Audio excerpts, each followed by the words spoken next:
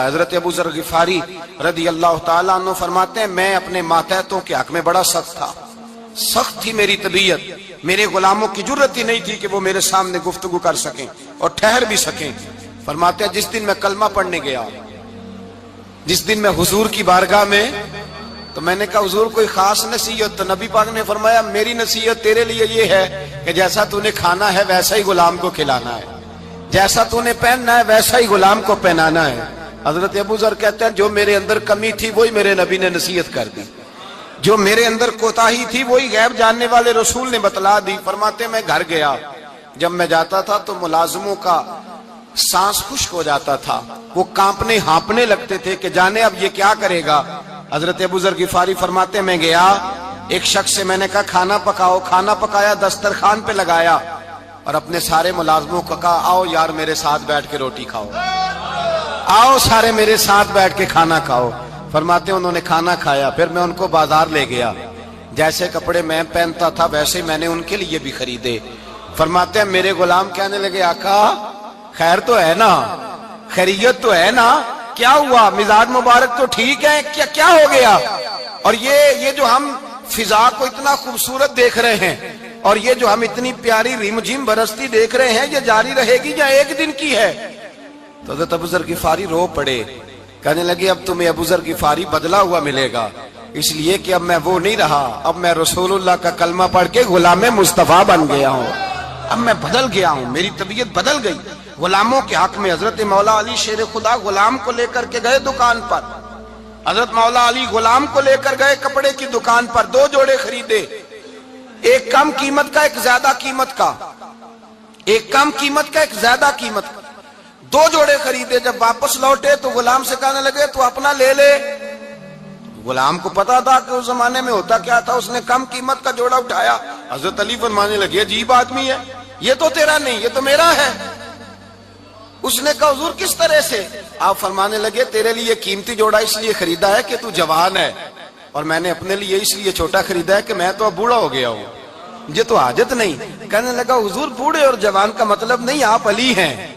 من کنت مولا فہذا علی, علی مولا, علی مولا. آپ چونکہ مولا علی ہیں اور آپ امیر المومنین ہیں, لہذا آپ نے تخت پر بیٹھنا ہے, آپ نے سلطنت کو چلانا ہے, آپ پہنیے. تو حضرت علی فرمانے لگے تو میرا غلام بنا ہے نا, تو نے ابھی میرے نبی کا دیدار نہیں نہ کیا, تو بعد میں آیا ہے نا, اگر تو اس دور میں ہوتا تو جان جاتا کہ یہ عمل میرا ہے, پر اس کے پیچھے جو نصیحت کے پھول ہیں وہ مصطفیٰ کے عطا فرمائے ہوئے.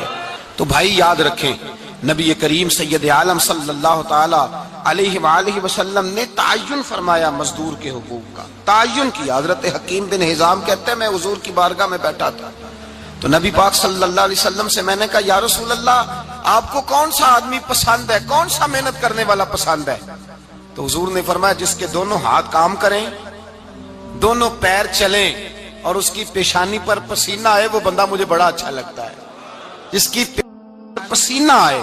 آج لوگ مزدوری نہیں کرتے, دائیں بائیں دیکھتے ہیں, لوگ اپنے اندر وہ توانائی, وہ غیرت, وہ خودداری پیدا نہیں کرتے. بھائی گردن کو جھکا دیتا ہے خیرات کا پتھر, جہاں میں مانگنے والوں کے سر کبھی اونچے نہیں ہوتے. اور ایک بار کہنے لگے غیرت ہے بڑی چیز جہاں تگ و دو میں, پہناتی ہے یہ فقر کو تاج سردارا. اپنے اندر یہ توانائی پیدا کرنی چاہیے, یہ کوشش کرنی چاہیے. میرے نبی کریم صلی اللہ علیہ وسلم نے فرمایا تمہارے بعض گناہ ایسے ہیں جو صرف تم مزدوری کرنے جاؤ گے تو اللہ تمہاری مزدوری کی وجہ سے ہی تمہارے گناہ معاف فرما دے گا. اللہ تمہاری محنت اور کوشش کے سبب سے تمہاری ان غلطیوں سے درگزر فرمائے گا. حبیب کریم سید عالم صلی اللہ علیہ وسلم نے فرمایا مزدور جب قیامت کے دن آئے گا, بھئی عالم تو آیا, صوفی تو آیا, درویش تو آیا, صحابہ تو آئے, ان کا آنا تو شفاعت کے لیے شمار کیا گیا. میرے مصطفیٰ نے فرمایا جب مزدور آئے گا, مزدور کی سب سے بڑی غلطی یہ ہے کہ مزدور اپنے آپ کو نیچ سمجھتا ہے.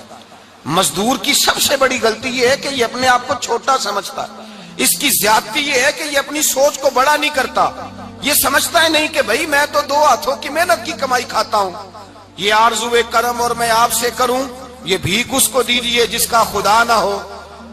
مزدور کی زیادتی یہ ہے کہ یہ اپنے آپ کو چھوٹا جانتا ہے. میرے مصطفیٰ نے فرمایا جب مزدور محنت کرنے والا قیامت کے دن آئے گا تو اس کا چہرہ اس طرح چمکے گا جس طرح 14ویں کا چاند چمکا کرتا ہے. اس قدر اس کا چہرہ چمکے گا جب آئے گا وہ صبح قیامت. میرے بھائیوں، مزدور ایک عظیم شخصیت کا نام ہے. محنت کرنا، اپنے دونوں ہاتھوں سے مشقت کرنا، جدوجہد کرنا. مجھے کئی سارے لوگ، میں جب ملک کے مختلف گوشوں میں جاتا ہوں تو کئی سارے لوگ کہتے ہیں آپ کے ابا جی کا مزار کدھر ہے، آپ کس مزار کے سجادہ نشین ہیں؟ تو میں ان سے کہتا ہوں میں سجادہ نشین نہیں، میں تو کسان کا بیٹا ہوں. اور میں اس شخص کا بیٹا ہوں جو رات کو 2 بجے اٹھ کے بھی گھر سے نکلتے تھے 2 نفل پڑھ کے. تو ہم پوچھتے تھے کہ اماں جی ابا جی کہاں گئے؟ تو کہتے تھے چند کھیتوں کو پانی لگانا تھا اور رات کو رخصت ہو گئے. فخر کی بات ہے، یہ اعزاز کی بات ہے، یہ اعزاز کی بات ہے. ہم نے ساری زندگی ان کے ہاتھ پہ چھالے دیکھے، لیکن بات لفظ زبان پر یہی دیکھی کہ بیٹا عزت والا وہی ہوتا ہے جو اپنے ہاتھوں سے محنت کر کے روزی کھایا کرتا ہے. بھائی یاد رکھیں یہ اعزاز کی بات ہے. اعزاز، مزدور کا بیٹا فخر کرے، کسان کا بیٹا ناز کرے. وہ جو آدمی سویرے جاتا ہے ویلڈنگ کا پلانٹ لے کے کام کرنے، اس کا بیٹا ناز کرے. وہ جس کا باپ پھاوڑا چلاتا ہے، چھینی چلاتا ہے، تھوڑا چلاتا ہے، وہ ناز کرے. اور مزار صرف ان لوگوں کے نہیں ہوتے جو اللہ اللہ کرتے ہیں، ہو کرتے ہیں. وہ تو قابل اعزاز ہے اللہ کے بندے، ان کے بھی مزار ہوتے ہیں. مزار وہ بھی ہوتا ہے جس کو میرے مصطفیٰ نے فرمایا القاسب حبیب اللہ، جو محنت کرتا تھا، ہاتھوں سے جدوجہد کرتا تھا، وہ بھی تو اللہ کا دوست ہے نا. اس کا بھی تو مزار ہے نا، اس کی بھی تو قبر پر انوار ہے جو اللہ کا محبوب ہو کے گیا. تو بھائی اپنا اعزاز جانے سمجھے اس بات کو. میرے مصطفیٰ کریم صلی اللہ علیہ وسلم مزدور کو عزت دیتے، وقار دیتے. اور جو حضور کے گھر میں خادم ہوتے ان کی ناز برداری کرتے. ہمارے گھر میں جو بی بی برتن دھوتی ہے وہ ہمارے ساتھ بیٹھ کے روٹی نہیں کھا سکتی، اس کو یہ اجازت نہیں ہوتی. ہمارا جو مزدور ہوتا ہے نا، ایک صاحب کہنے لگے یہ بچہ میرے پاس کام کرتا ہے، اس کے ابا جی بھی کرتے تھے. تو میں نے کہا اس کا مطلب یہ ہے کہ تم نے آگے نہیں بڑھنے دیا. تم نے کہا مزدور ہی رہنا ساری زندگی، یہی رہنا میرے پاس، آگے نہ بڑھنا. میرے مصطفیٰ کریم سید عالم صلی اللہ علیہ وسلم کے پاس جو لوگ کام کرتے تھے، محنت کرتے تھے، مشقت کرتے تھے. ہمارا ملازم ڈرتا ہے، کامتا ہے، وہ بات کرتا ہے تو صاحب جی کہتے کہتے زبان تھکتی ہے. 100 دفعہ موڈ کو دیکھتا ہے، گالیاں کھاتا ہے بیچارہ. اس کی عزت نفس کو اچھالا جاتا ہے، اس کو رسوا کیا جاتا ہے. اور وہ بیچارہ رات کو رضائی میں منہ دے کے روتا ہے کہ یار میرے نصیب صرف اس لیے کمزور ہیں کہ میں غریب کے گھر میں پیدا ہوا ہوں. ہم احساس نہیں کرتے. اور مزدور کو کبھی موقع مل جائے جان چھوٹنے کا تو بھاگ جاتا ہے. ہمارا کردار اور اخلاق ایسا نہیں ہوتا. حضرت زید بن حارثہ رسول اللہ کے غلام تھے، نبی پاک کے گھر میں جھاڑو دیتے تھے، برتن مانجتے تھے. یہ بچپن میں اپنے قبیلے سے گم ہو گئے تھے، کسی نے اغوا کر کے لا کر کے بیچ دیا، گم ہو گئے تھے. حضور کی بارگاہ عالی مرتبت میں لائے گئے. حضرت زید بن حارثہ سارا دن کام کاج کرتے. کوئی آدمی آیا ان کے علاقے کا، مکہ مکرمہ، ان کو پہچان کر واپس گیا ان کے قبیلے میں اور جا کے بتلایا کہ تمہارا بیٹا تو محمد ابن عبداللہ صلی اللہ علیہ وسلم کے پاس. اس وقت حضور نے بھی اعلان نبوت نہیں فرمایا تھا. ان کے والد حارثہ چچا لینے آئے اور نبی پاک کے پاس آئے تو 2 تھیلیاں شرفیوں کی بھر کے لائے. کہنے لگے حضور یہ پیسے لے لیں، 2 تھیلیوں میں پیسے ڈالیں، دینار ہے، درہم ہے، حضور لے لیں، ہمارا بیٹا دے دیں. نبی پاک صلی اللہ علیہ وسلم نے فرمایا تمہیں غلطی لگ گئی ہے، پیسے پیچھے ہٹاؤ، میں زید کو بلاتا ہوں. میں زید کو، ادھر دیکھیے گا، میں زید کو، میں اسے بلاتا ہوں. اگر وہ جانا چاہے تمہارے ساتھ تو مجھے اعتراض نہیں، لے جانا. چچا اور باپ کہنے لگے آپ عجیب بات کرتے ہیں، وہ غلامی چھوڑ کے نہیں جائے گا. آپ عجیب بات کرتے ہیں، وہ مزدوری چھوڑ کے بادشاہی اختیار نہیں کرے گا. ہم کھاتے پیتے لوگ ہیں، اس کی ماں ترس گئی ہے، اس کو ملنے کو بہنیں روتی ہیں، وہ جائے گا نہیں. میرے حبیب نے فرمایا تم نے ابھی یہ ذائقہ چکھا نہیں، تمہیں اس کا پتہ نہیں. تو میں بلاتا ہوں، اگر جانا چاہے تو پیسوں کی ضرورت نہیں، لے جانا. حضرت زید کو پیغام دیا، آئے. حضور نے فرمایا وہ تمہارے والد کھڑے ہیں، وہ چچا ہیں، لینے آئے ہیں. جناب زید گئے، باپ کے گلے سے لگے. بچھڑے ہوئے باپ بیٹا ایک دوسرے کو مل کے کھل کے روئے. کہا بیٹا تیری ماں کی آنکھیں پتھر ہو گئی تیرا رستہ دیکھ کے، تیری بہنیں ترستی ہیں تیرے چہرے کے دیدار کو. بیٹا وہ گلیاں بھی روتی ہیں جن میں تو کھیلا کرتا تھا، پر اب فکر کی بات کوئی نہیں، اب کوئی پریشانی نہیں. میں پیسے لایا ہوں تجھے لے جاؤں گا۔ نبی پاک صلی اللہ علیہ وسلم نے دیکھا نا جب باپ بیٹے کی گفتگو ہو گئی، آنسو بہ گئے، بوجھ ہلکے ہو گئے، تو میرے کریم نے فرمایا زید اگر تم چچا کے ساتھ والد کے ساتھ جانا چاہو تو میری طرف سے اجازت ہے، تم جا سکتے ہو۔ یہ لفظ کہے تو جناب زید دوڑ کے حضور کے قدموں میں آ کے بیٹھ گئے، حضور کے قدموں میں بیٹھ گئے، اور گویا فاضل بریلوی علیہ رحمہ نقشہ بیان کرتے ہیں، کہنے لگے تیرے قدموں میں رہوں غیر کی ٹھوکر پہ نہ ڈال، میں جھڑکیاں کھاؤں کہاں چھوڑ کے صدقہ تیرا، اور تیرے قدموں میں جو ہے غیر کا منہ کیا دیکھے، کون نظروں پہ چڑھے دیکھ کے تلوا تیرا۔ کہنے لگے حضور میں نے نہیں جانا، میں یہیں رہوں گا۔ چچا اور باپ نے دیکھا تو کہنے لگے بیٹا تو غلامی چھوڑ کے نہیں جائے گا، تو ملازمت چھوڑ کے بادشاہی میں نہیں جائے گا۔ تو آپ کے والد کو آپ فرمانے لگے ابا جی ذرا 2 گھڑیاں یہاں رہ کے تو دیکھیں، یہاں 2 گھڑیاں رہ کے تو دیکھیں۔ فرمایا یہاں ملازموں کا وہ اعزاز ہے جو شہزادوں کا ہوا کرتا ہے، یہاں خادموں کی وہ عزت ہے، اور پتہ پھر ان کو مقام کیا ملا، یہ واحد شعبیاں جن کا نام اللہ نے قرآن پاک میں بیان فرمایا ہے، نام اللہ نے قرآن مجید میں بیان فرمایا۔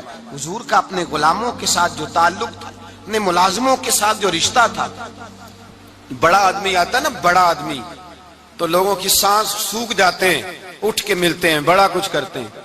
مزدور آتا ہے تو لوگ اوئے کہہ کے پکارتے ہیں، ان کو خبر ہی نہیں کہ اس شخص کا اعزاز کتنا ہے۔ حضرت انس بن مالک رضی اللہ تعالیٰ عنہ فرماتے ہیں میں چھوٹا سا تھا، میری اماں مجھے حضور کے گھر چھوڑ گئی، میں نے 10 سال نوکری کی نبی پاک کی۔ کتنے سال بولیے؟ 12ویں دن لوگ کہتے ہیں بس بھائی ختم ہو گیا، اب فرینکنس ہو گئی ہے، اب جو مرضی تیرے ساتھ کریں گے۔ 10 سال نوکری کی میں نے، لیکن جناب انس فرماتے ہیں نبی پاک نے کبھی مجھے اف تک بھی نہیں کہا تھا، اف تک بھی نہیں کہا تھا، اف تک بھی۔ حضور نے بھیجا جاؤ فلاں آدمی کو بلا کر کے لاؤ۔ حضرت انس بن مالک رضی اللہ تعالیٰ عنہ فرماتے ہیں میں بلانے گیا، بچہ تھا چھوٹا سا، رستے میں بچے کھیل رہے تھے تو میں ان کے ساتھ کھیلنے لگا، محو ہو گیا، مجھے پتہ ہی نہ چلا وقت کا۔ حضور نے جب مجھے بھیجا تو فرمایا جلدی جانا اور جلدی آنا، اب مجھے خبر ہی نہیں، بڑی دیر ہو گئی۔ حضور وہاں انتظار کر کر کے خود تشریف لائے، کہتے جب نبی پاک آئے تو میں بچوں کے ساتھ کھیل رہا تھا، حضور نے جب مجھے کھیلتے ہوئے دیکھا، میری اچانک نظر پڑی تو میرے ہوش اڑ گئے۔ حضور نے تو کہا تھا جلدی آنا، اور میں یہاں کھیلنے لگا، یہاں اتنا الجھا کہ مجھے خیال نہیں رہا کس کام آیا ہوں۔ حضرت انس فرماتے ہیں میں ڈرنے لگا، جیسے جیسے حضور قریب آتے میری ٹانگیں کانپتی۔ فرماتے ہیں جب نبی پاک قریب آئے تو قربان جاؤں معصوم آمنہ کے، فرماتے ہیں حضور نے میری گردن پہ تھپکی دی، اور حضور نے ہنس کے فرمایا او بھائی لگتا ہے تو کھیل میں گم ہوا ہے تو تجھے یاد ہی نہیں رہا میں نے کس کام بھیجا تھا، تجھے یاد ہی نہیں رہا۔ کہا یا رسول اللہ صلی اللہ علیہ وسلم میں بھول گیا تھا، میں ابھی جاتا ہوں۔ کیا انداز ہے، کیا شفقت ہے، کیا رنگ ہے۔ حضور میں ابھی گیا اور ابھی آیا۔ نبی پاک نے فرمایا نہیں یار تو کھیل میں خود ہی چلا جاتا ہے، تو کھیل یہاں میں خود جاتا۔ یہ اعزاز، یہ فضیلت، یہ درجہ کس نے ذروں کو اٹھایا اور صحرا کر دیا، یہ کس نے قطروں کو ملایا اور دریا کر دیا، یہ کس کی حکمت نے یتیموں کو کیا در یتیم اور غلاموں کو دنیا بھر کا مولا کر دیا، یہ کس نے اتنا۔ میرے بھائی مزدور کو حضور نے اعزاز دیا، نبی پاک اپنے ہاتھ سے کام کرنے والے کے ساتھ اس نے سلوک کرتے، محبت کرتے، پیار کرتے۔ ایک بوڑھی اماں تھی جو مسجد میں جھاڑو دینے کی مزدوری کرتی تھی۔ کیا کام کرتی تھی؟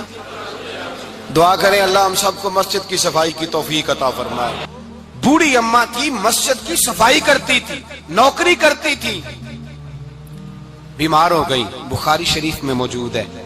اللہ کے محبوب صلی اللہ علیہ وسلم روز تیمارداری کرنے جاتے، ایک وقت ایسا آیا کہ دن میں 2 مرتبہ حضور تیمارداری کرنے جاتے۔ ایک شام نبی پاک نے فرمایا اس کا انتقال ہو جائے تو مجھے اطلاع کرنا۔ صحابہ کہتے ہیں رات کے وقت ان کا انتقال ہوا، ٹھنڈ کا موسم تھا، ہم نے حضور کو تکلیف دینا مناسب نہ سمجھا، ہم نے دفن کر دیا۔ سویرے اللہ کے حبیب نے پوچھا تم نے مجھے اطلاع کیوں نہیں دی؟ حضور سردی بڑی تھی۔ کون جاتا ہے مزدوروں کے جنازوں میں؟ کون جاتا ہے مزدوروں کے جنازے میں؟ یہاں تو اب جنازے بھی سیاسی ہو گئے ہیں، اب تو کوئی بہت بڑا امیر آدمی فوت ہو جائے تو وہاں رش ہوتا ہے، وہاں رش ہوتا ہے، غریبوں کا تو جنازہ بھی کوئی نہیں پڑتا۔ حضرت جناب سیدنا ابو ہریرہ رضی اللہ تعالیٰ عنہ فرماتے ہیں حضور نے فرمایا مجھے اطلاع کیوں نہیں دی؟ تمہیں اس کے اعزاز کا نہیں پتا؟ وہ مزدور تھی مسجد میں جھاڑو دیتی تھی، تم نے خبر ہی نہیں دی، حضور وصال ہو گیا، فرمایا چلو مجھے بتاؤ قبر کہاں ہے۔ حضور سارا کچھ جانتے ہیں، لیکن یہ ساری تمہید اس لیے بیان کی کہ ایک مزدور کی شان واضح ہو جائے۔ فرمایا بتاؤ قبر کہاں ہے؟ صحابہ کہتے ہیں ہم قبر پہ لے گئے تو میرے نبی نے فرمایا صفے بناؤ میں دوبارہ جنازہ پڑھاؤں گا۔